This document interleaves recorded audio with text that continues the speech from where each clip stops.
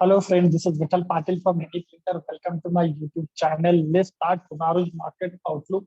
आज भी बढ़िया सेशन रहा जिसके अंदर आपको पर्टिकुलर कुछ काउंट करने स्पेसिफिक सेक्टर, जिस सेक्टर को हमने कल वीक ऑफ पूरे वीक के लिए चुना था, मतलब हम जिसे संडे लाइव सेशंस के अंदर पूरे वीक के लिए सेक्टर की बात करते हैं, डिटेल में एनालिसिस होता है। कल भी हमने एनालिसिस किया और उस एनालिसिस में हमने कल निफ्टी ऑटो को चुना था और निफ्टी ऑटो में स्पेसिफिकली हमने सारे शेयर्स पे ध्यान दिया। और टाटा मोटर की कल की भी बात हुई थी कि टाटा मोटर में आपको अच्छा खासा बाइंग प्रेशर, आज जो 7-8% की अप मूवमेंट और उसके बाद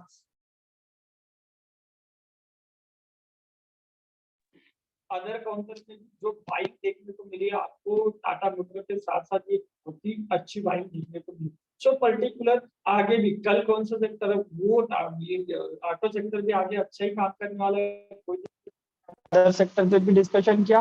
बट यस, कल क्या स्टॉक स्पेसिफिक रहना वो भी हम डिस्कशन करेंगे, लेकिन पहले एक बार इंडेक्स को देख लेते हैं। इंडेक्स में सबसे पहले हम निफ्टी की बात कर लेते हैं। निफ्टी में आता है तो निफ्टी के अंदर आप देख रहे हो कि आज क्लोजिंग के ओपनिंग के बाद आपको अच्छा खासा बाइंग प्रेशर इंटरेस्ट बनता हुआ दिखा तो सही। हमने ऑफिशियल ग्रुप पे कॉल भी दिया, लगभग उसमें 30-35 पॉइंट ऑलमोस्ट मिल भी गए। सो कोई दिक्कत नहीं वहां पे। हाँ, हालांकि आज दोनों तरफ का मूवमेंट मिला। बैंक निफ्टी थोड़ा सा वीक प्रेशर, थोड़ा इंट्राडे में प्रेशर में आया था, रीजन भी बहुत सारे कल भी हमने डिस्कशन किए।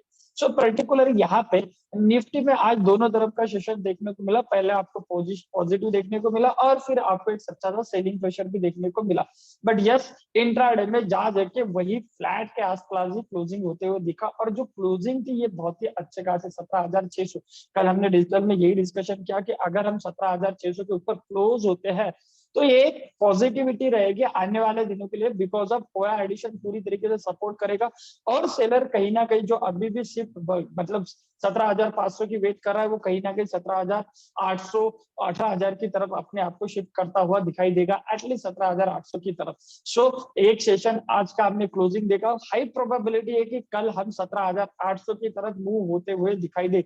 एक्सपेक्टेशन मुझे ये है कि सरप्राइजिंग आए मोमेंटम बैंक निफ्टी का, जो बैंक निफ्टी कल सरप्राइज कर सकता है और बहुत ही अच्छा खासा लेवल के लिए निकल के जा सकता है। यस, हम डेफिनेटली लेवल की बात कर ही रहे। निफ्टी पे देखा जाए तो आज की क्लोजिंग लगभग कल ही आपको यही सपोर्ट मिलेगा 17,600 का।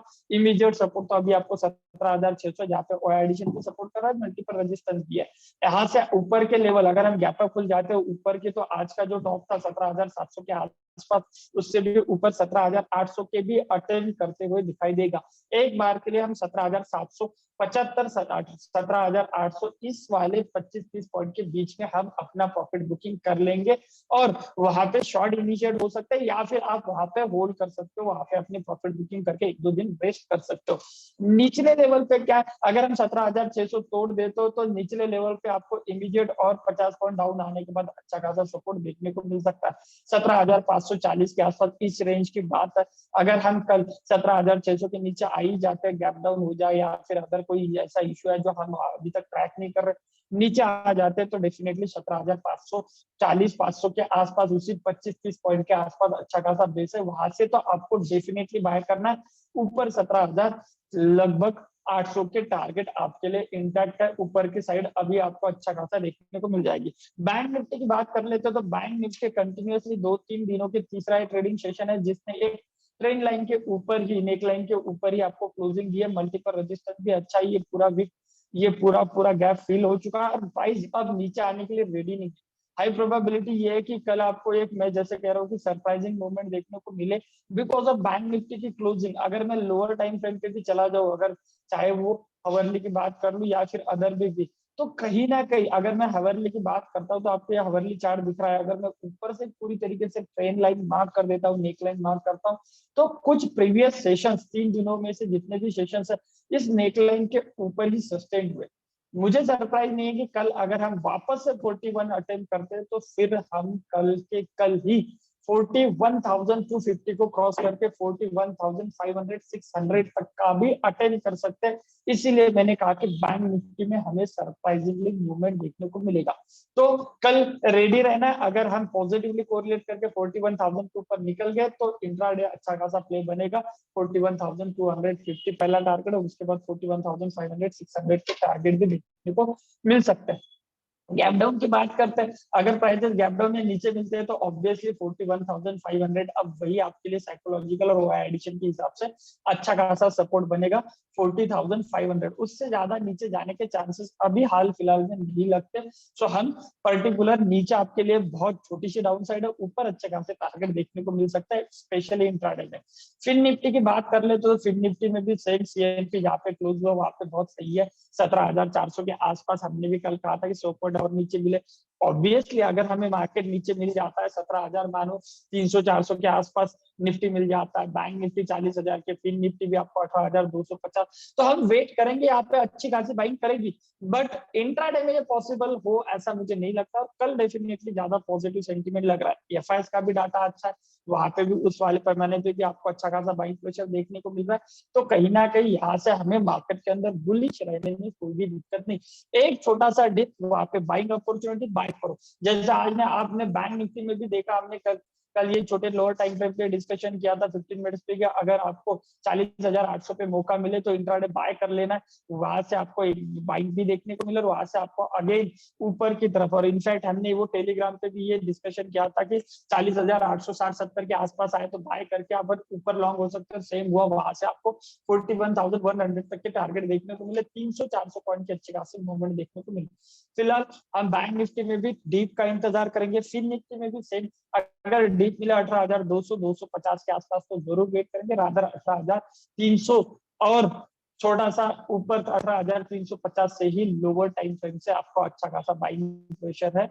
इमीडिएट भी आप इसी लेवल के साथ लॉन्ग होने की कोशिश कर सकते हो 18,300 के आसपास। सो नीचे मिल जाता है तो फिर निफ्टी में भी आपको लॉन्ग हो सकते हो। ऊपर के टारगेट 18,650-700 तक के टारगेट के लिए प्राइजेस इंटैक्ट रहेगी, यहाँ पे अच्छा खासा बाइंग प्रेशर। सो कोई डोंट वरी, मार्केट नीचे आता है डिप में बाय करो और होल्ड करो। डिक्सॉन कुछ पर्टिकुलर काउंटर पे भी बात कर लेते हो कि कल के लिए बहुत ही तगड़े काउंटर्स लग रहे हैं। अगर मैं आपको एक वीकली पे दिखाऊं तो वीकली पे आप देख सकते हो कि इस वीकली की स्टार्टिंग कितने अच्छे से हुई है। आज से वीक चालू हुआ है तो वीकली की स्टार्टिंग की बहुत ही बढ़िया 3% अप मूवमेंट थी। इनफैक्ट हमारे बहुत सारे शेयर जैसे लाइक टाटा मोटर 9-10% का आज अच्छा खासा ऊपर गया था, 9% लगभग। गोदरेज प्रॉपर्टी 9%, डीएलएफ 6%, और अदर काउंटर जैसे डिक्सॉन है, विप्रो है, अदर भी बहुत सारे काउंटर ने अच्छा खासा बाइंग प्रेशर दिखा। उनमें कल स्पेसिफिकली ध्यान रखना है, वीकली और डेली बेसिस पे भी देखो तो आपको डिक्सॉन पे पॉसिबिलिटीज आई है कि कल आपको 3,100 के आसपास तक के टारगेट देखने को मिले। 3,100 के आसपास के टारगेट मतलब सीएनपी से और 200 पॉइंट की मोमेंटम, 150-200 पॉइंट की आराम से मोमेंटम एक्सपेक्टेड कर सकते हैं। तो डिक्सॉन में पोजीशन नहीं बनाई तो आप वहां पे पोजीशन बना के जा सकते हो। विप्रो एक ऐसा ही शेयर है जिसमें ऑलरेडी पोजीशन है, हमने कॉल ऑप्शन दिया, ग्रुप पे है या फिर टेलीग्राम पे भी दिया है। यहाँ से अच्छा खासा और भी बाइंग प्रेशर देखने को मिल सकता है।